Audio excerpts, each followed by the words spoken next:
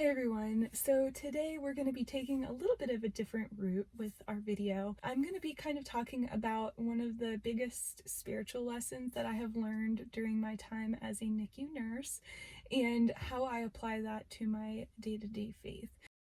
So as you may or may not know, I am a Christian, and when I was in the NICU, I actually was able to kind of get a little bit of an insight into, I think, one of the problems that we struggle with a lot in our faith for those of us who are Christian, and that is, why does God allow bad things to happen to good people? It doesn't make sense, and it is a problem that we all struggle with a lot, I think. I'll give you my example and then I'll explain how I think that it relates, and it has really helped me, like I said, in my faith journey. So in the NICU, your patients are these sweet, innocent little babies who have just entered the world. They have had no opportunity to do anything wrong. There is no possible way that they could have done anything that anyone could ever say that they deserve what is happening to them. So I think they are one of the best examples of a innocent person or soul that something bad is happening to. So there's these sweet innocent babies, and then as soon as they're born, especially if they're not doing well or if they're in bad condition, immediately so many different things are being done to them. They're getting an IV, they might be getting a breathing tube, they might be being ventilated, they might have a central line inserted, they may have their heel pricked for blood to be drawn, they may have their arm stuck for blood to be drawn. And then one of the things that I think was the least comfortable for them would be getting their nose and mouth suctioned. And unfortunately, especially for those babies who were on, say, an oscillator or a ventilator, that is something that we unfortunately had to do a lot, or CPAP or CPAP.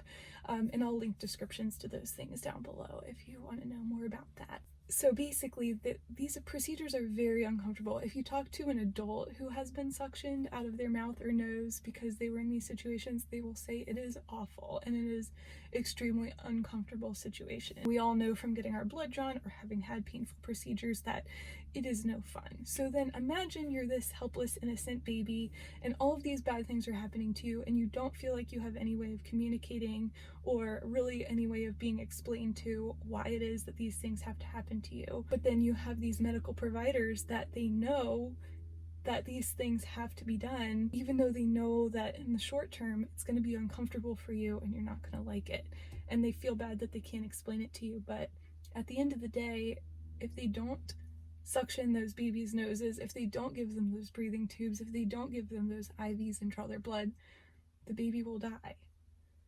So I see that parallel a lot, I think, when I think about God and how he interacts with us in this spiritual life. And I don't claim to know why God does what he does, but to me this gives me some comfort and helps me to understand, I think. But I think that this is a similar situation to how God is with us when bad things happen to us. I think that sometimes bad things have to be allowed to happen to us to save our life. I think that we can't understand it. We don't have the ability to understand it. It does not make any sense to us, and we, with our abilities, are not able to see that, and it doesn't look like there would be a possible way to understand that.